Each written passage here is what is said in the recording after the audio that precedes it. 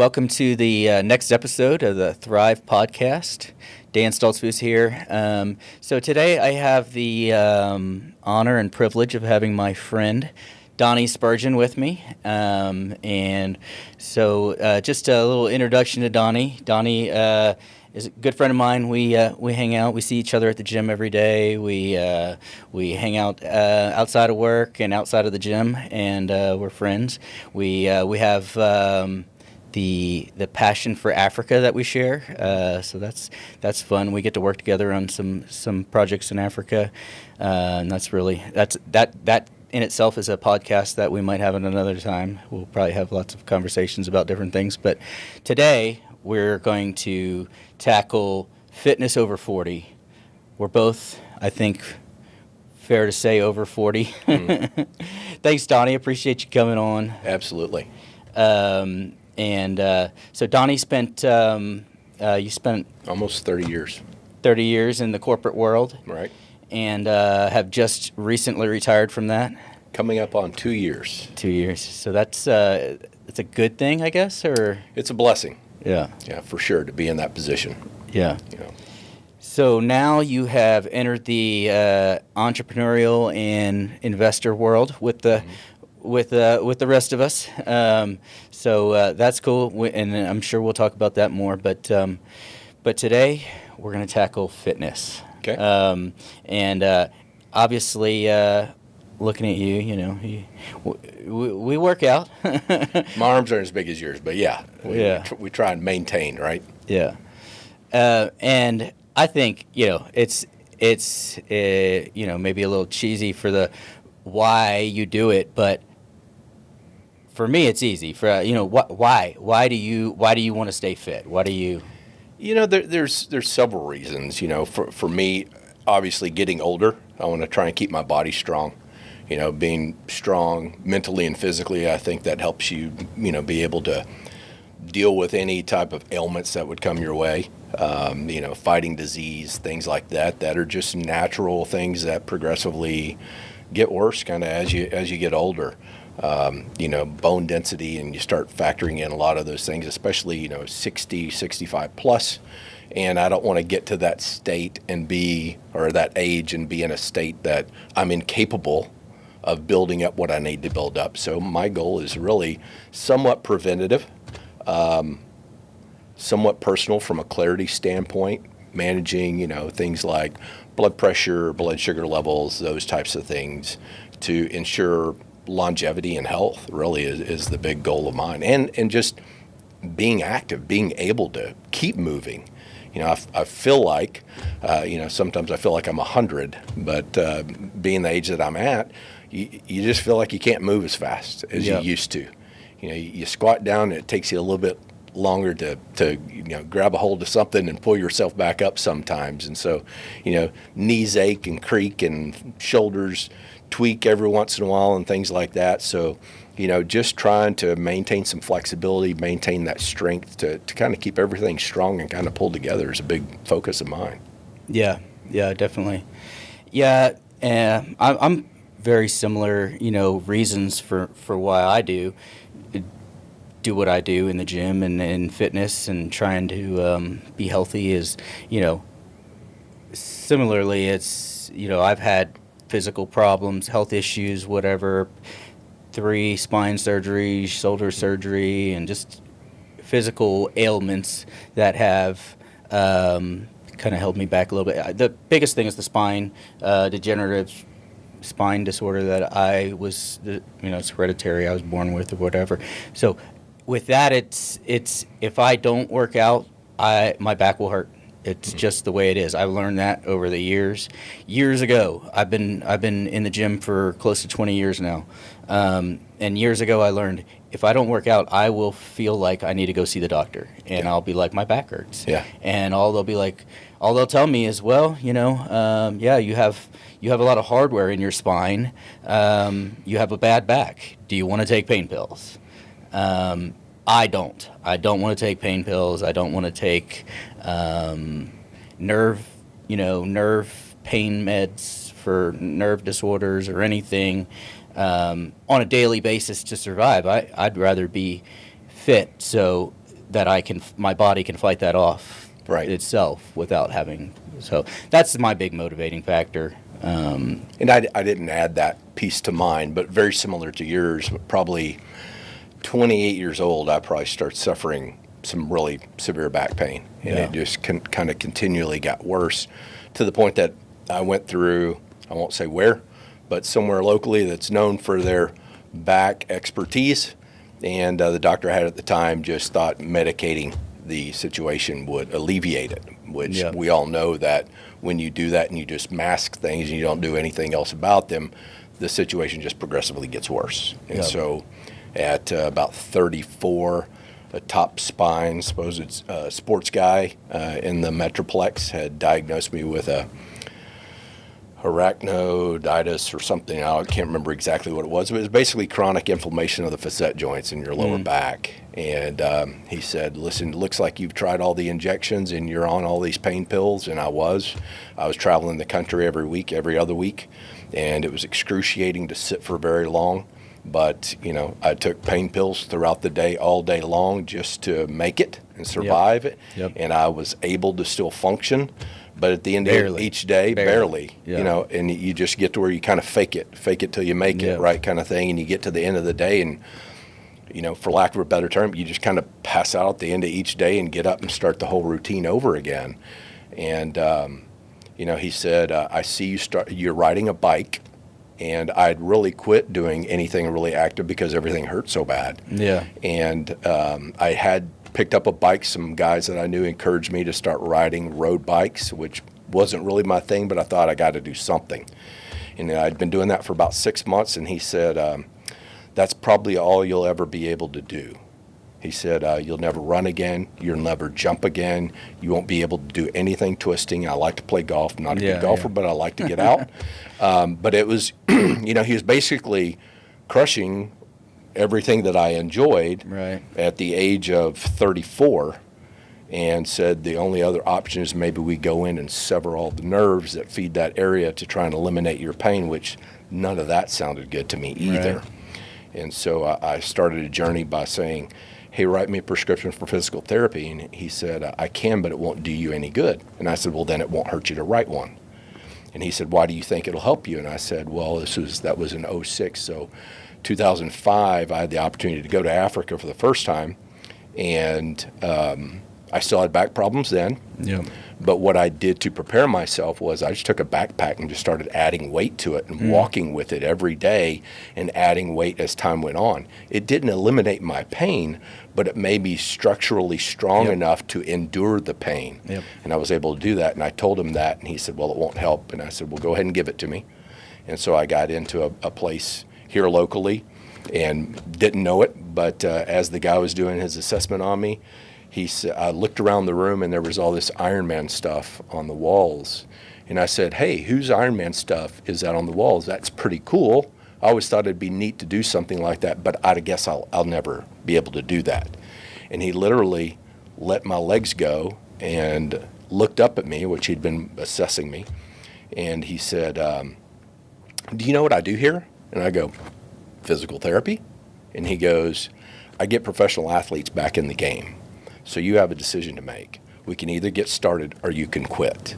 Well, I knew quitting wasn't an option. Yeah. And so that really, it hit me like a ton of bricks. Yeah. And from that day forward, I just started working harder and harder. And a lot of it was through pain to get to where I built everything back up stronger. But he stayed with me. We became fast, close friends. My goal really in all of it was I wanted to see if I could do the Ironman with a goal of sending this doctor a picture of me crossing the finish line of the guy who said you'll never run again. Yeah. And through a lot of smaller races, a lot of 100-mile century rides, learning to run, try and deal with the pain. A lot of small races. I ended up doing a full Ironman and 4 half Ironmans later, but it's funny. You set those kind of goals and you think you have that as a motivation, but really when you get to the end of it, it was a big kind of blow, but in a positive way when I crossed the finish line of the full Ironman. Yeah. All those things that resentment, anger, whatever about that doctor saying that, it all just kind of faded away. And I was able to kind of look back on it and say, it was really about the journey, working through that. Because so much of it's mental. It is physical, but so much of it's mental. Yeah. And I thought, man, if I can do this, what else can I do? Yeah. So that was kind of... That's awesome. That's a good story. I like that. Yeah, thanks. Yeah. Yeah. So, we both, I think we're pretty strict in the way. You're a very regimented person. You're very organized and detail oriented. I'm not as much. I am very not organized and not detail oriented, but I'm very strict. I'm very regimented in how I live, and we have that in common, even though it's kind of from different perspectives. So what's your fitness routine, or what is your daily What's a day routine? look like? Yeah, what's a day look like for me? Yeah, for as far as working out and eating perspective, like your fitness routine throughout the day. Well, it's changed. It's kind of morphed over the years, and it has it'll still change based upon what my focus or primary goals may be at any given time. I think it's important to have goals. Yeah. Because if you don't have a goal, I feel like you're just kind of running aimlessly. So you got to have something to focus on. And people always ask me, what's the secret? There is no secret. There's different paths that you can follow to different things, but unless you have a goal, and from that goal, number one, you got to have the commitment. The commitment's the number one thing, because the commitment's what drives you. It's that you're committed to doing something.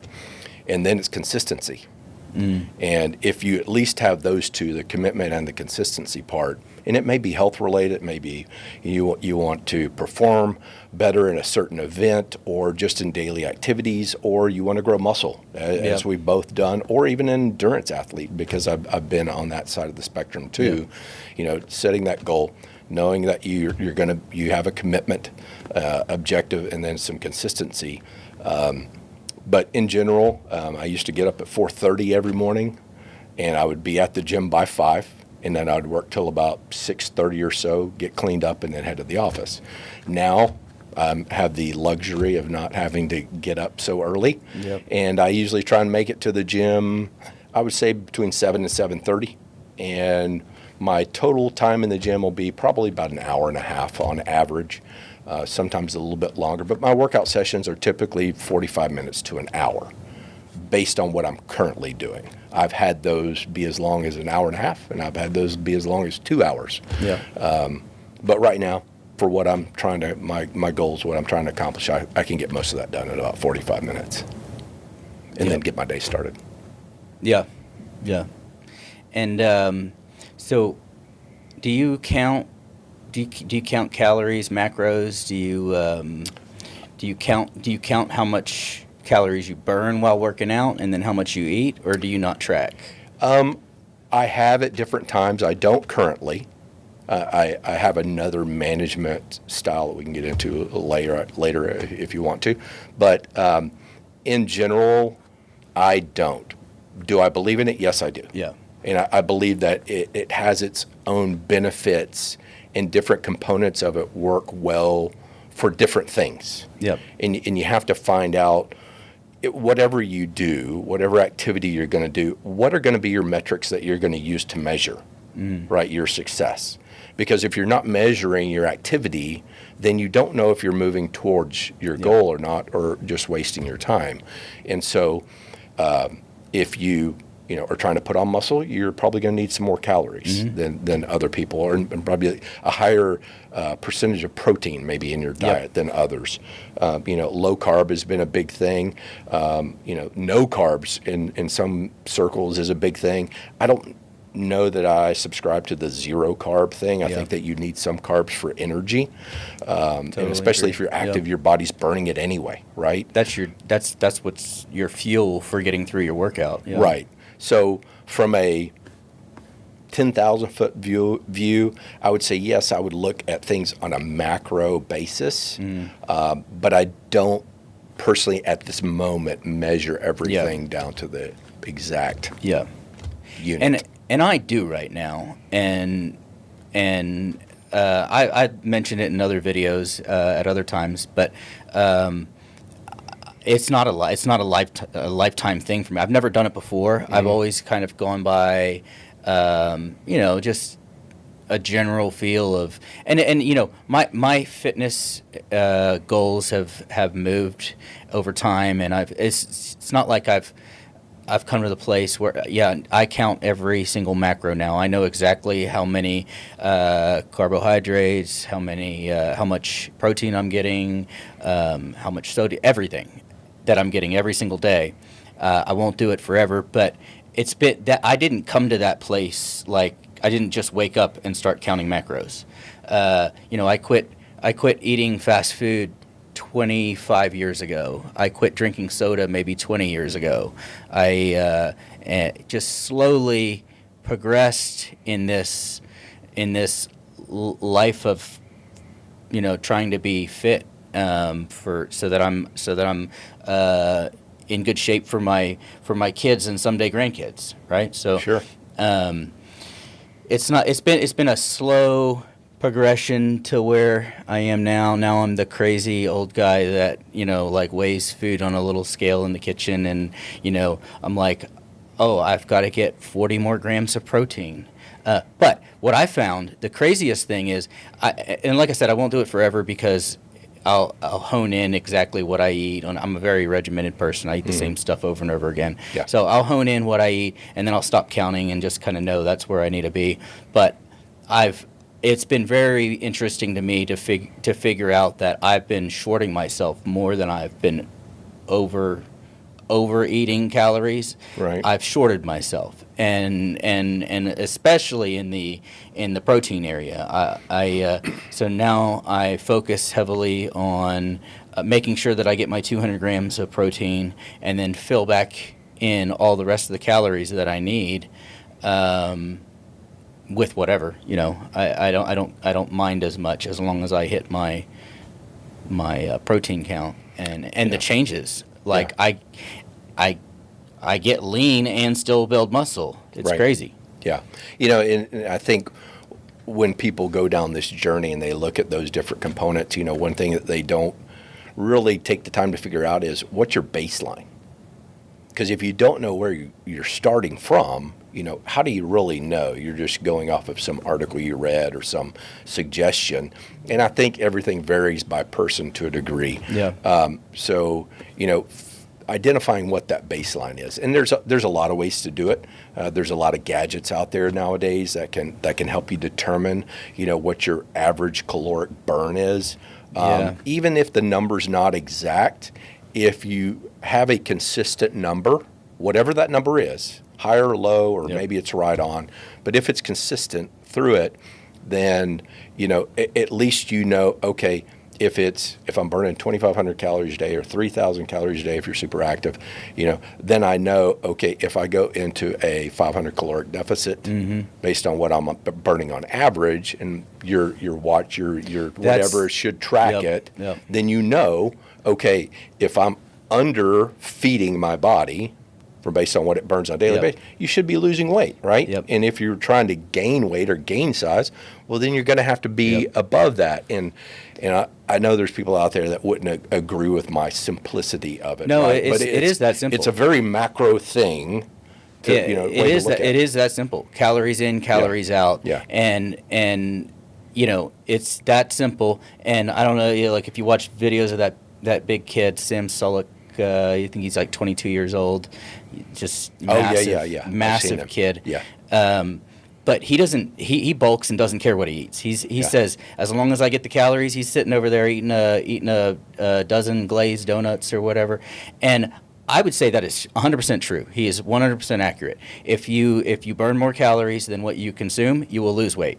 If you consume more calories than you burn, you will gain weight. Right. But if you dial that in with good macros, while you're trying to gain weight, you'll gain good better quality weight in my opinion. For sure. To your point, bringing up that individual, he's on the extreme end of one spectrum. And you can be on either side of the spectrum, but if you're on the extreme ends, that varies. That caloric intake does vary, because I can remember laughing with family and friends because they would say, how do you sit down and train to race? And I would sit down and eat like a family-sized bag of peanut M&Ms. Yeah. One, because I loved them, but two, I was burning 3,000 plus calories in just my workout alone on a daily basis. So I was burning so much. Of course, I didn't have the muscle I have today, but I was super lean. Yeah. That's the piece that that got me, because forever I have bought Apple Watch after Apple Watch. I'll wear them for like 2 or 3 days, and then you see one of my kids sporting a brand new Apple Watch, right? It's over the years it's been, but finally I was like, all right, I'm gonna wear my Apple Watch. I'm gonna wear it to the gym, and track my calorie. That was another surprise to me. I burn so many more calories in a workout than what I thought. Mm-hmm. So I started tracking my food. I have it in an app, and I would just go in and kind of, because the app can't, if I put in, like, I ran 8 miles an hour for 25 minutes, it could tell me you burn this many calories. But if I tell it I did, 5 sets of 15 at, whatever weight, it can't tell me how many calories I'm burning. Sure. So I would just go in and guess and put a figure in there, and it would add that to the amount of calories I need to eat for the day to the amount of calories that my baseline is. Right. Well, I was under guessing by far. Right. So I was underfeeding. So not only, was I guessing and not hitting the mark on a lot of my nutrition levels, especially the protein, but I was also undershooting total calories by a pretty significant amount. I mean, I was guessing that my calorie burn was typically about 860 calories per workout. And some days that's right, but I mean, there's days I'm burning 1,200 calories in the gym. I'm in there for two hours usually, at least. Yeah. So 500 calories. It's huge. That's another meal. It's huge. Yeah. Yeah. Yeah. That's the thing too is, they'll get a new device, whether it's a ring. They got rings out now. They got watches. They've got scales that you can step on. They've got all these things out there, and they're all accurate in their own right. But I think the problem that sometimes happens is people get enslaved by the device. Yep. And the devices aren't exact. I don't know of one out there. Maybe there is one on the market that I'm unaware of.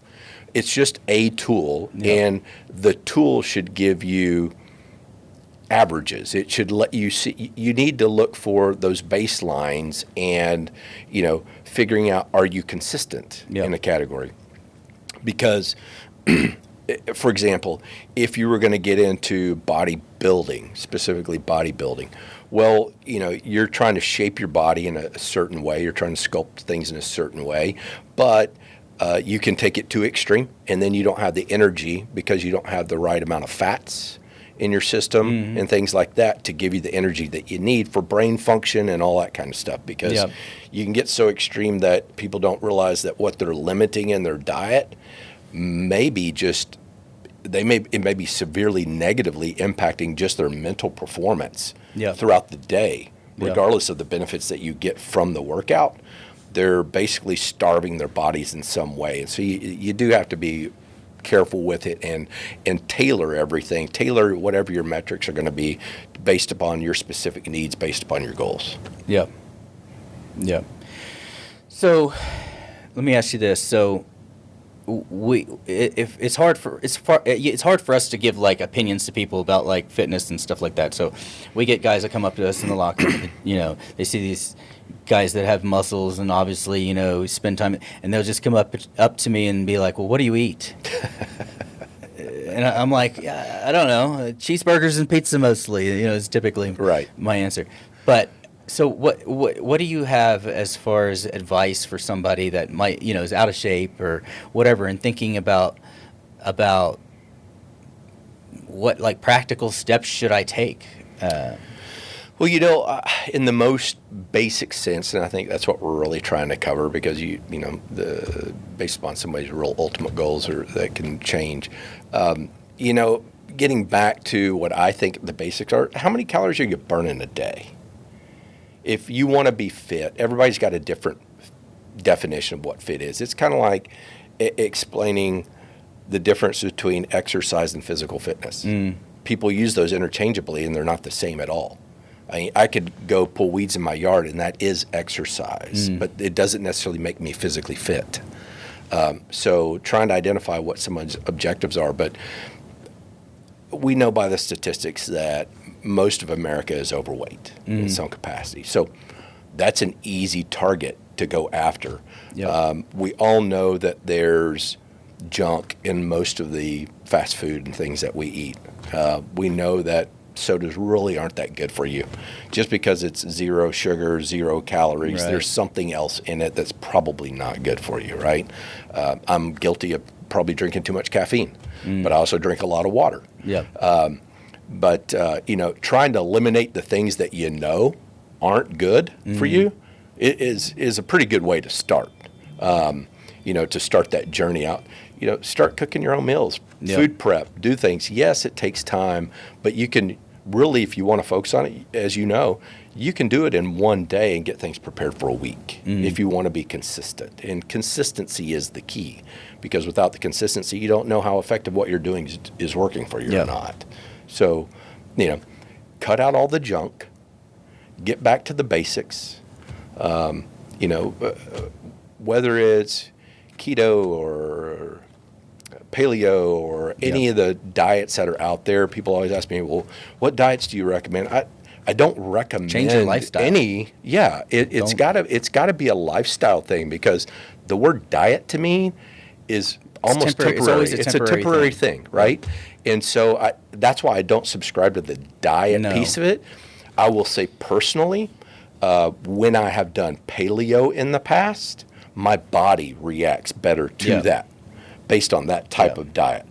There's other people that their bodies react better to a keto type diet. And so you got to find out what works for you, but don't look at it as a diet. Look at it as how do I feel, and how does my body react to eating a certain way or consuming certain things. Yeah, I've been talking all year in my videos about healthy habits and routines, and just if you take out negative, just slowly, if you take out negative habits, and we all know, everybody knows some things that need to go, like the cookies in the middle of the night. You bought them for the kids, but the kids don't eat them. You do. Stop putting the cookies in there. That's one thing. Move towards the goal. Right. And implement things that are good. Like getting the water and all that thing.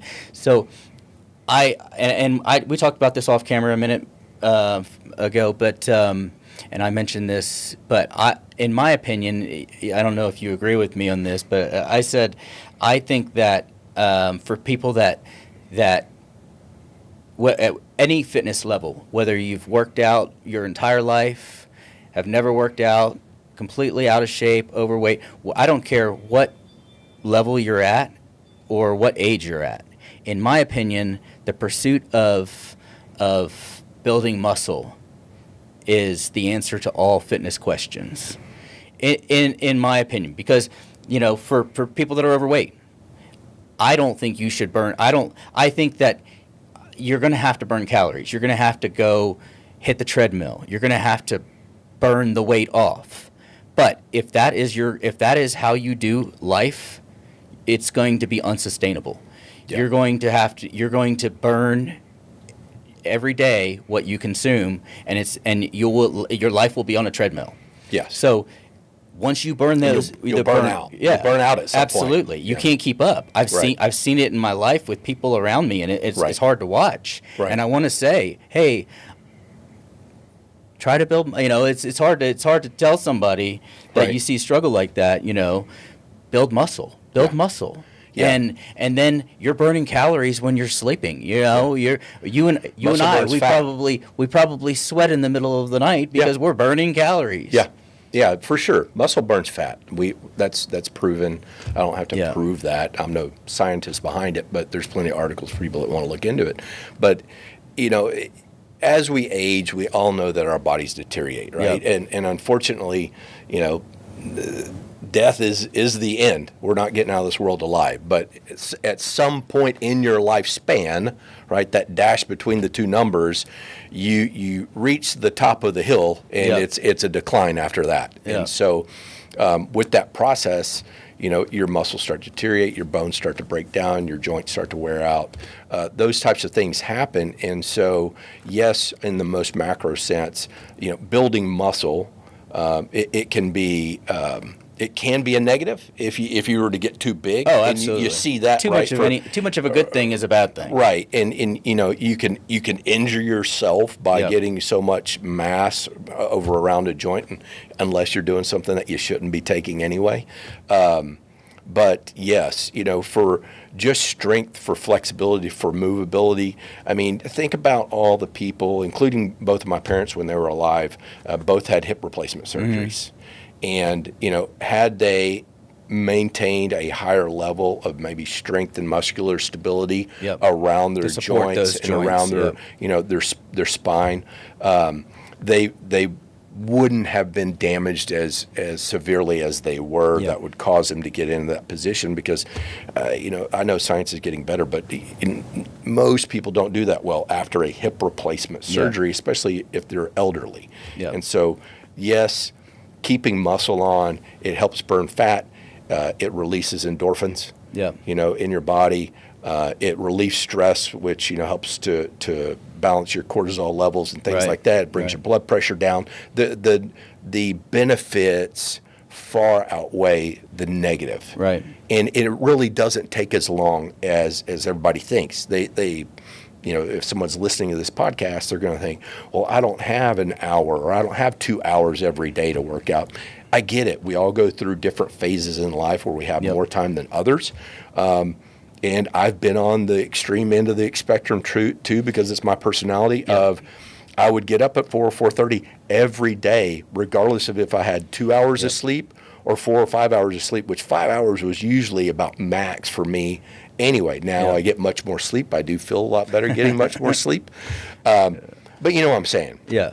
So it's you got to get back to that time of commitment. Well, but you don't just. It's like I said too. I didn't come to this. I didn't wake up counting macros. Right. I also didn't wake up loving being at the gym. Right. Like that is, I've developed into that, and that's why I say the pursuit of Yes. the pursuit of gaining muscle, Right. because it will have you every day eating a little bit better than you ate yesterday. It'll have you every day working out a little bit harder than you worked out yesterday, figuring out another method to open your blood vessels up to get more oxygen in. Sure. To think more clearly, to all these things. It'll just open the door to more. Take the next step in your health and fitness life, to the next one, and it's a progression. And you have to remember that it is a marathon. It's Yep. not a race, right? And I think, unfortunately, for so many people, they know that it's good for them. And, that's why there's so many New Year's resolutions, right? We get past eating a bunch of junk through Thanksgiving and Christmas holidays, and everybody wants to start the year off fresh. They're going to Yep. get themselves in Yep. shape. And, life gets in the way of some of it. Well, I get it. But oftentimes people don't see the results as fast as they think they should see them. And so they just, the wheels fall off, right? They get off track. But it's very simple. I tell people all the time, if you're committed to doing something physically for yourself every day, and you're committed to maintaining muscle or even growing muscle, you can do that so simply. Just do one thing. If it's a day that you wake up and, listen, you woke up late, the kids were sick that morning, your car didn't start, you had a flat tire, whatever it is, whatever life throws at you, stop and do air squats for 5 minutes. Yeah. most people can't do air squats consistently for 5 minutes. I don't know if right now that's the moment I could sit here and do 5 minutes of air squats. That in itself, that short a period, that's a check in the win box. Yep. That's not I missed my workout, so now I can't do anything. Yep. Do something. Do some push-ups. Do something. Get out and walk briskly. Yep. I mean, do something that makes your body move. Our bodies were meant to move. Oh, yeah. Yep. Walk, move, yeah. Yeah. Yeah, walking burns more calories than you'd expect. For sure. Yeah. Just in tracking it, yeah. So, well, I appreciate you coming in. Absolutely. I think we had a good conversation, and overall, I think my thought around it is, like you said, you gotta take the next step. You gotta a step. Yeah. And that's why I've been talking about on my videos all year is, let's don't just make a resolution. Let's don't just and honestly, I think I don't know if you noticed it in the gym. It seems like the people that come in, there's always an influx in January of new people from the New Year's resolutions. They look confused, and they it's a little frustrating because they get in the way of the equipment that we're trying to use and stuff. And this year I've kind of noticed, I'm like, they're still coming. And then I looked around and I was like, I don't know that this is all 100% New Year's resolution type people. I noticed the other day, I was like, I think some of these guys look like young professionals, like guys that have just got out of college and they're starting their professional career, and they're coming into the gym. Right. And I think that, there's been generations that have gone, whatever. But I saw that and I was like, well, maybe there's a new generation of coming up behind us that care more about their fitness than our generation and maybe the generation before us and all of that. So. I agree 100%. There's new science out every day, right? Yeah. I mean, even, the things that we used to take 20 years ago that we thought were enhancing us to help us be more physically fit, well, some of them are illegal today. Yeah. But we've learned we've learned more about what your body needs, and what it really takes to maintain a good healthy lifestyle. And I think there is more of a focus today, especially with most younger people, to have more of a balance in their lives. And I think that exercising in some capacity, building muscle is obviously key to it. But those are key components to that life balance. Yeah. Well, awesome. Well, thanks, Donnie. I appreciate Absolutely. you coming in Thanks for having me. and giving me some of your time. Absolutely. Anytime. Awesome.